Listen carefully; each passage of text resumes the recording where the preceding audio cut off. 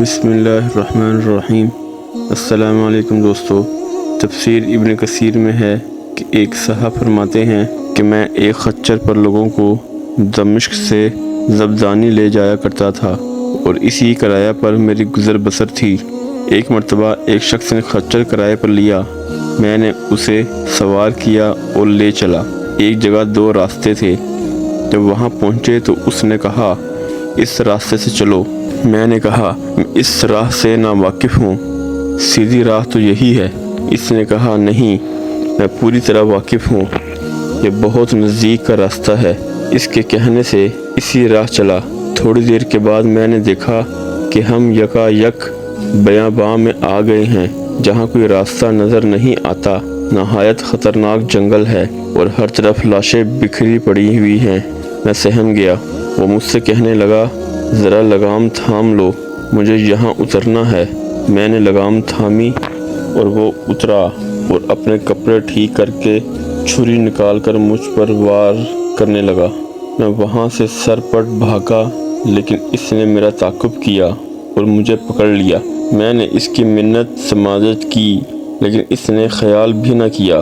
میں نے کہا اچھا، یہ خچر اور کل سامان جو میرے پاس ہے تو لے لے اور مجھے چھوڑ دے۔ اس نے کہا یہ تو میرا ہو ہی چکا، لیکن میں تو تجھے زندہ نہیں چھوڑنا چاہتا۔ میں نے اسے اللہ کا خوف دلایا، آخرت کے عذابوں کا ذکر کیا، لیکن اس چیز نے بھی اس پر کوئی اثر نہ کیا اور وہ میرے قتل پر تلا رہا۔ اب میں مایوس ہو گیا اور مرنے کے لیے تیار ہو گیا اور اس سے بمنت التجا کی کہ آپ مجھے 2 رکعت نماز ادا کر لینے دیجیے۔ اس نے کہا اچھا، جلدی پڑھ لے۔ میں نے نماز شروع کی، لیکن اللہ کی قسم میری زبان سے قرآن مجید کا ایک حرف بھی نہیں نکلتا تھا۔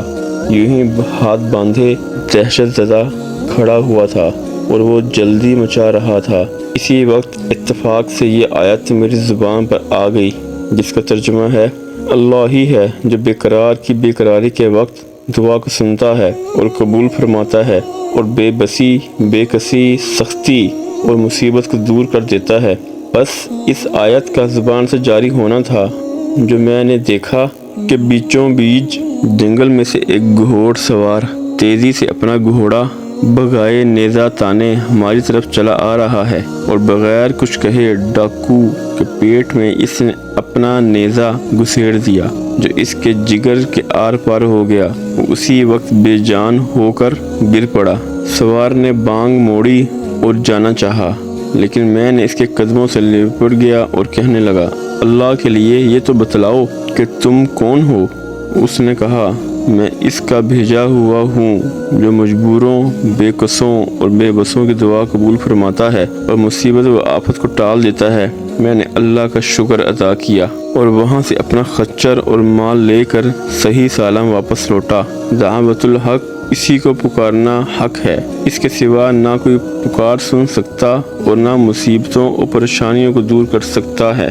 اللہ تعالی ہمارے دل میں بھی اپنی یاد پیدا فرمائے اور ہم ہر مشکل میں اس ذات کو، اس اللہ کو یاد کریں۔ اللہ ہمیں نیک اعمال کرنے کی توفیق عطا فرمائے۔ جزاک اللہ۔